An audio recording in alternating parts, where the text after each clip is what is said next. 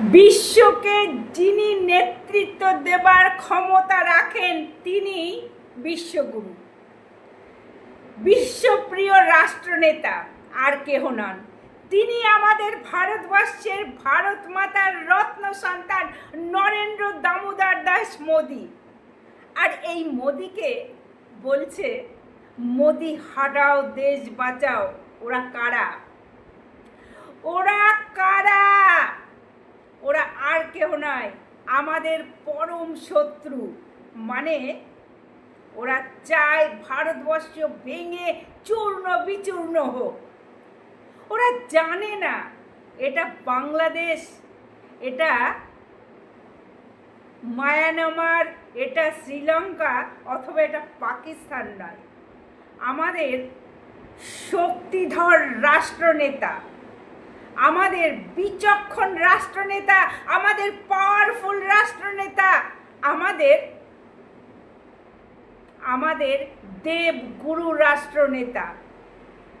তো যারা ছাত্র আন্দোলনের নামে 20 জুলাই দিল্লিকে কাঁপালো, সেই সাথে যারা মদদ দিল, তারা কিন্তু বুঝতে পেরেছে, বিশেষ করে বিশিষ্ট শিক্ষাবিদ সোনম ওয়াংচুক, তিনি কিন্তু বুঝতে পেরেছেন ছাত্রদের ভবিষ্যৎ অনিশ্চয়তার দিকে যাচ্ছে।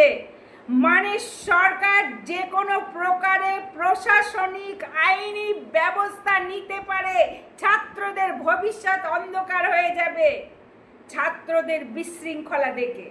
ছাত্র কারা? যারা সহিংসতা, যারা অহিংসতার নীতি মেনে চলে, সহিষ্ণুতা অহিংসতার নীতি মেনে চলে, যারা সহিংসতা নীতি নিয়ে আন্দোলন করে, তারা আর যাই হোক ছাত্র নয়। ওরা কারা? বোরখা পরে যারা প্রতিবাদের পথে নামে। ওরা কারা? যারা প্রধানমন্ত্রীর বাড়ির সামনে বিশৃঙ্খলা ঘটায়। ওরা কারা? যারা মহিলা পুলিশ কর্মীকে রক্তাক্ত করে। ওরা কারা? যারা পুরুষ পুলিশ কর্মীর রক্ত পুরো পুলিশ উর্দি ভিজে যায়। ওরা কারা? যারা মহিলা সাংবাদিককে নিগ্রহ করে। ওরা কারা? যারা ভারত মাতার রত্ন সন্তানের গর্ভকে গালাগালি দেয়। ওরা কারা? ওরা আর কেউ নয়, ওরা ভারতের পরম শত্রু, ভারতের সব